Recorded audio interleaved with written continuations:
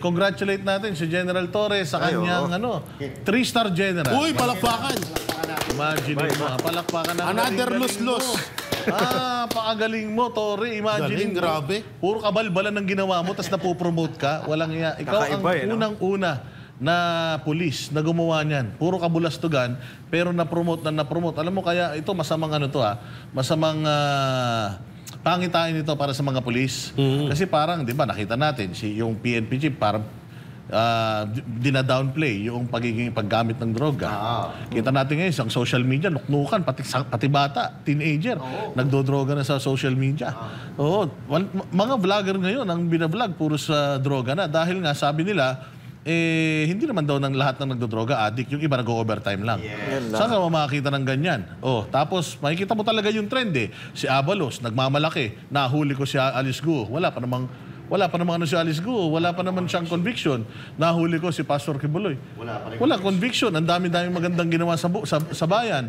Tapos si General Marbil, dumaan sa tawag dyan, yung busway. Hindi ba? Tapos may kumalat na kailangan i-overshadow. Tapos na naman, si General Torre, matapos ang Kingdom of Jesus Christ, nanalasa na naman dyan sa airport. Pinamigay si PRRD sa ibang bansa. Pinaliliwanag yung due process sa kanya. Hindi niya iniintindi yung due process. Basta kailangan mo sumakay. Kailangan Pumunta siguro doon. ito, pag inutusan to ni BBM, si Torre, lumundag sa building. Lulundag yung una muka. Sa sobrang...